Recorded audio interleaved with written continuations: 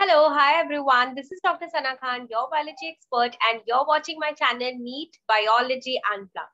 So कैसे हो आप लोग? उम्मीद करती हूँ कि आप लोग अच्छे होंगे. You are studying well for your exams and you're going to crack NEET with a good bounce. Yes? Okay. So आपने lecture number 2 and lecture number 1 of the chapter circulation तो देखा ही होगा. So this is lecture number 3 जहां पर हम एक छोटा सा पार्ट करेंगे, that is ब्लड कोएगुलेशन. ठीक है, हमने ब्लड के बारे में पढ़ लिया है, ब्लड ग्रुप्स पढ़ लिया है. तो अब जो पार्ट रह गया है that is related to blood is only blood coagulation. ठीक है, फिर इसके बाद वाले लेक्चर से हम circulatory pathway and circulatory system की तरफ चले जाएंगे.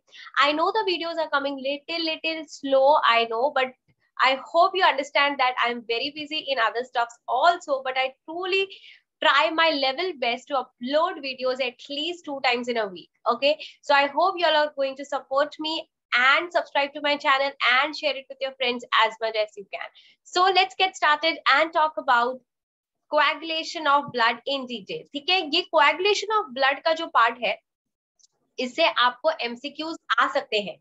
इनफैक्ट जब ये कोएगुलेशन ऑफ ब्लड का पार्ट हो जाएगा ना, तो मैं क्या करूंगी, मैं कुछ एमसीक्यूज अपलोड करूंगी जो कोएगुलेशन से रिलेटेड होंगे, कुछ ऐसे एमसीक्यूज जो ब्लड से रिलेटेड होंगे, सो दैट आपकी ना चैप्टर के साथ साथ प्रैक्टिस भी हो जाए. बिकॉज अभी नीट आ रहा है तो बहुत सारे जो बच्चे हैं वो यही बोल रहे हैं कि मैम एमसीक्यूज अपलोड करो, एमसीक्यूज अपलोड करो. तो यस, एमसीक्यूज अपलोड होंगे, थोड़ा सा टाइम लगेगा. एमसीक्यूज बैकएंड में प्रिपरेशन हो रही है, जहां हम मई मंथ में एटलीस्ट 2 to 3 वीडियोस, एक बहुत डिटेल लंबा वीडियो करेंगे जहां पर हम एक सेट ऑफ चैप्टर्स लेंगे. ठीक है, सो खैर चलो स्टार्ट करते हैं एंड देखते हैं एनसीईआरटी क्या बोलती है about coagulation of blood.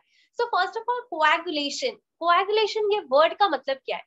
Coagulation का वर्ड का मतलब होता है कि जब कोई चीज ऐसी थिक क्लॉट जैसी, या फिर एक कॉमन लैंग्वेज में हम उसको कह सकते हैं धक्का जैसी बनती है, तो उसको हम कहते हैं कोएगुलेशन. अब ये कोएगुलेशन वाला जो मैकेनिज्म है ये हमारे बॉडी में क्यों हो रहा है? वेरी वेरी इंपॉर्टेंट मैकेनिज्म है. बिकॉज जब भी आपके ब्लड वेसल्स में कट आता है, राइट, आपको कभी ना कभी इंजरी हुई होगी, ब्लड ब्लीड हुआ होगा, आप रोए होगे, आपने ऐसे मुंह में उंगली डाली होगी, या फिर आपने क्या किया होगा, रनिंग वाटर में अपना हाथ रख दिया होगा, राइट, एंड फिर ब्लड रुक गया. करेक्ट, यही देखा था. बट एक्चुअली अंदर से एक मैकेनिज्म हो रहा है that is called as coagulation of blood. तो जब भी हमारे बॉडी से ब्लड ब्लीडिंग होने लगती है, ठीक है, जब भी हमारे बॉडी से ब्लीडिंग होने लगती है तो ब्लड एक मैकेनिज्म दिखाता है जिसको हम कहते हैं कोएगुलेशन. तो वो उस ब्लड को रोकने की कोशिश करता है बाय फॉर्मिंग अ क्लॉट. ठीक है, अब इस कोशिश में उसका बहुत सारे लोग साथ लेते हैं. तो चलो, जैसे कि आप लोग पढ़ रहे हो और आपका साथ दे रहे हैं आपके सारे टीचर्स, तो सेम वे यहाँ पर भी ब्लड के बहुत सारे साथी होते हैं जिनके बारे में आज हम पढ़ेंगे इन डिटेल. ठीक है, सो पहले तो एनसीईआरटी की लाइंस पढ़ना है कि स्कीमेटिक करना है, लाइंस पढ़ना है कि schematic. Yes, I will today go first with schematic. ठीक है, बिकॉज स्कीमेटिक इजी पड़ेगा आपको समझने के लिए कि एनसीईआरटी क्या दे रही है. ओके, तो अब याद रखो बच्चा, ब्लड में टोटल होते हैं 12 क्लॉटिंग फैक्टर्स.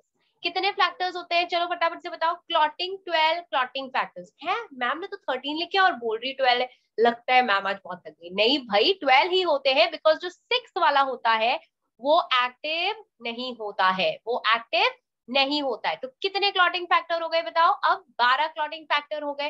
तो ये क्लॉटिंग फैक्टर, अब बताओ कि क्या ये हर वक्त एक्टिव रहेंगे या फिर इनएक्टिव रहेंगे? जल्दी सोचो. क्लॉटिंग फैक्टर्स हमारे ब्लड में एक्टिव होंगे या नॉट एक्टिव होंगे?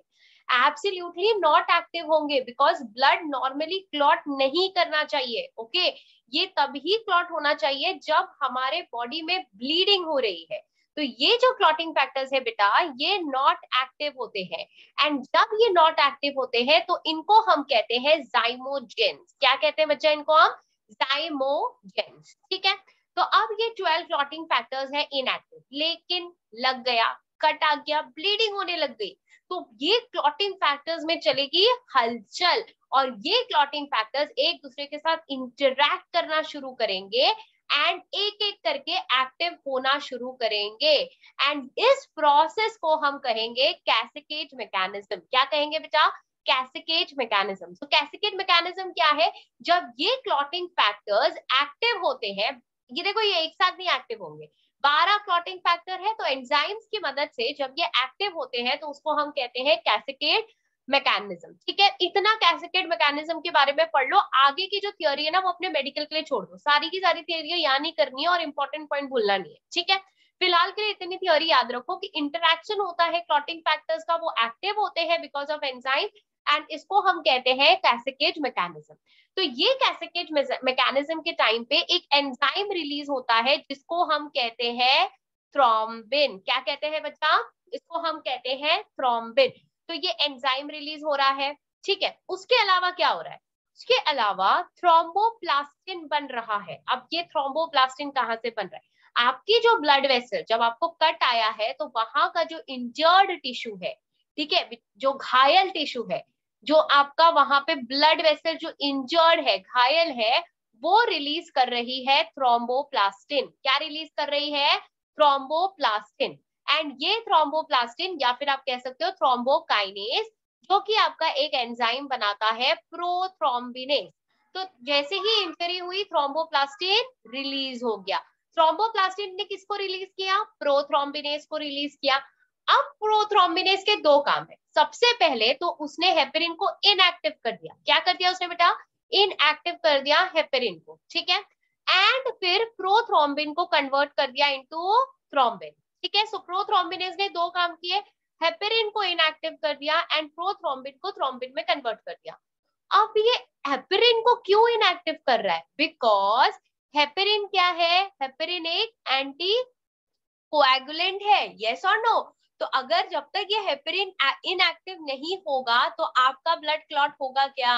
नहीं होगा। इसीलिए ये हेपेरिन इनएक्टिवेट होता है एंड जो प्रोथ्रोम्बिन है वो डेवलप्ड होता है इनटू थ्रोम्बिन। ठीक है, अब ये प्रोथ्रोम्बिन कहाँ है? याद करो, प्लाज्मा में, प्लाज्मा प्रोटीन्स में सब पढ़ाया था आपको। तो प्रोथ्रोम्बिन कन्वर्ट होता है इनटू थ्रोम्बिन। ठीक है, अब ये थ्रोम्बिन कन्वर्ट क्या करेगा? ये थ्रोम्बिन जो आपका फाइब्रिनोजन है, जो कि सॉल्युबल स्टेट में है, उसको कन्वर्ट करता है इनटू इनसॉल्युबल फाइब्रिन। किसमें कन्वर्ट करता है? Into insoluble fibrin. फिर ये फाइब्रिन ऐसे मेश जैसे नेटवर्क्स बनाते हैं और उसके साथ और भी आपके सेल्स जुड़ते हैं एंड बनाता है क्लॉट। क्या बनता है? क्लॉट। ठीक है, तो अब इसमें से एक और सवाल है जो आपको पता होना चाहिए कि फैक्टर मैंने बता दिया 12 क्लॉटिंग फैक्टर है, लेकिन फैक्टर नंबर 10 जो है ना वो आपको पूछते हैं उसका नाम क्या है? उसका नाम है स्टुअर्ट फैक्टर। क्या नाम है बेटा उसका? Stuart factor. ठीक है, तो ये मैकेनिज्म समझ में आ गया। ये मैकेनिज्म को फिर दोहराएंगे, बट पहले एनसीईआरटी को रीड करते हैं। बहुत इजी है, 5 मिनट में फटफट फटफट हो जाएगा।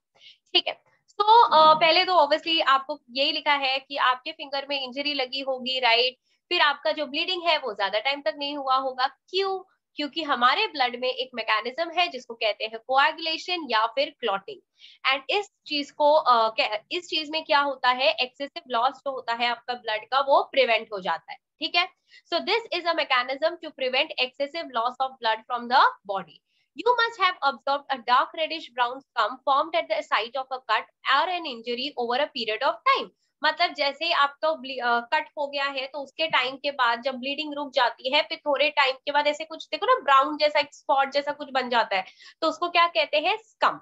ठीक है, so it is a clot or coagulation formed mainly of network of thread called fibrin. तो वो जो क्लॉट बनता है वो फाइब्रिन के थ्रेड्स का बनता है, जिसके साथ साथ डेड और damaged formed elements of blood भी ट्रैप्ड होते हैं। डेड और डैमेज्ड फॉर्म्ड एलिमेंट क्या है? फॉर्म्ड एलिमेंट्स बताया था ना आपको, ब्लड के जो सेल्स है आप उनको फॉर्म्ड एलिमेंट्स भी कहते हो, तो वो भी ट्रैप हो जाते हैं। ठीक है, फिर क्या होगा? फाइब्रिन जो होगा वो फॉर्म्ड होगा bye conversion of fibrinogen, correct? तो वो ही लिखा है आपका, जो थ्रोम्बिन होगा वो कन्वर्ट करेगा फाइब्रिनोजन इनटू फाइब्रिन। फिर थ्रोम्बिन जो होगा वो एक इनएक्टिव सब्सटेंस बनाएगा, ओके, जो कि एक इनएक्टिव सब्सटेंस है आपके प्लाज्मा में, वो किससे बनेगा? प्रोथ्रोम्बिन। क्या लिखा है बेटा? ये पॉइंट को फिर से रीड करेंगे।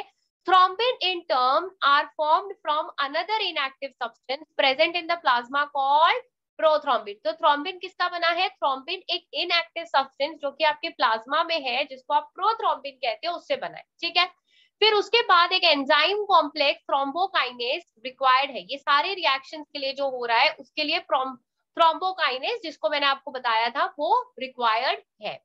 सो ये सीरीज ऑफ जो रिएक्शन हो रहे हैं इसको हम कहते हैं कैस्केड प्रोसेस, जिसमें नंबर ऑफ फैक्टर्स जो होते हैं वो इन्वॉल्व होते हैं एंड ये प्लाज्मा में इनएक्टिव स्टेट पे रहते हैं। मैंने आपको कहा ना प्लाज्मा फैक्टर्स जो है वो क्लॉटिंग फैक्टर्स जो है वो इनएक्टिव स्टेट में रहते हैं।